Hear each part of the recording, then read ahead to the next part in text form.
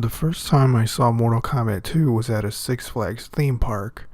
I ran into an arcade and I saw this machine thinking, they made a second Mortal Kombat game? Why?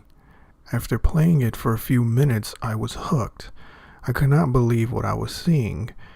After a while, I wondered what had happened to Sonya and Kano.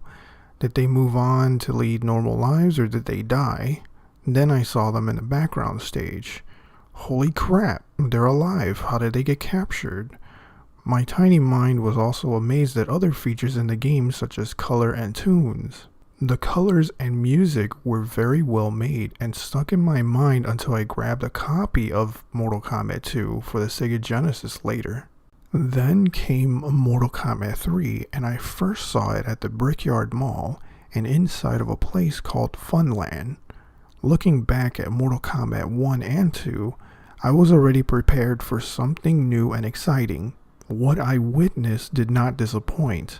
New characters, moves, themes, and music were something fresh and I couldn't be happier with the result. New coats of paint were applied to older characters such as Sub-Zero and Shang Tsung. Newer characters such as Cyrax and Sindel were welcomed additions in my book. But the newest concept that really grabbed my attention was the inclusion of an advancing story. Because of this, Sonya and Kano returned to the main selectable cast. When Mortal Kombat 3 starts, there's a story that explains events of past games, and it is not like one or even a few screens of text. There are many screens present. The ideas of resurrection for Queen Sindel and the Lin Kuei using machinery for more soldiers adds many subplots for interesting stories. Oddly enough, these stories were not fully fleshed out, but the costume changes for some characters was a breath of fresh air. Sub-Zero, now scarred face, and his beef with his former clan is an interesting idea. But why did this ninja clan suddenly have the urge to use people for machines? See what I mean by not fully fleshed out? Other than story and subplots, running is a game mechanic that felt odd at first, but I got used to it after a while. Animalities were another strange concept. Why not make that into another fatality instead of having to use mercy in the third round? Is this supposed to create tension of some sort? I feel like this tool or mechanic should have been removed. It wasn't fun to use then, and it's not fun to use it now. Other than this, I feel like this was another awesome sequel, and patiently waited for a copy of this on my 16-bit console. Ultimate Mortal Kombat 3 randomly shows up at a Walmart in my city, and I was kinda getting a strange feeling about it. It contained more ninjas in it, and I was confused about that, and its subtitle. What's so ultimate about it? Why are there ninjas when we have robots now? It made sense story-wise to move away from ninjas since the game is moving away from Asian areas and influences.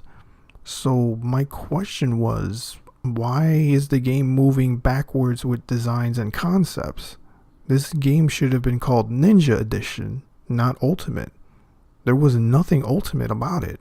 I discovered much later in life that many players complained about the lack of ninjas, and because of this complaint, the creators of the game released an update to remove some infinite bugs, glitches, and included said ninjas at the same time. I remember reading some magazines back in the day that praised Ultimate Mortal Kombat 3 for the addition of ninjas to the game. What kind of weird world was I living in? Praise for returning to old ideas when the series was clearly moving in another direction. What the hell happened here? So, to wrap this up, I still feel like Mortal Kombat 3 is the better game. It was moving forward with different themes, which, at the time, I was already sick of the Asian themes from the first two games. To this day, I try to imagine what the game after 3 would have been if people never complained about ninjas. All I can think about now is the "sorry, didn't mean to piss off the fans for removing Scorpion from this game" patch. I swear that is all I see when I'm looking at its ultimate version. I completely skipped over getting a home version of this game too. Instead, I waited for Mortal Kombat Trilogy, which was not bad in and of itself. Plus, by this time, I got over the Ultimate version and its drama and just enjoyed Mortal Kombat Trilogy. In retrospect, I think Mortal Kombat 3 was a bold game, and I enjoyed it for what it was. It is certainly not a perfect game by any stretch of the imagination. I just wish many people would have given it the proper time in the spotlight. That's all I have to say about this topic. Well, thank you kindly for the view. See you in the next video.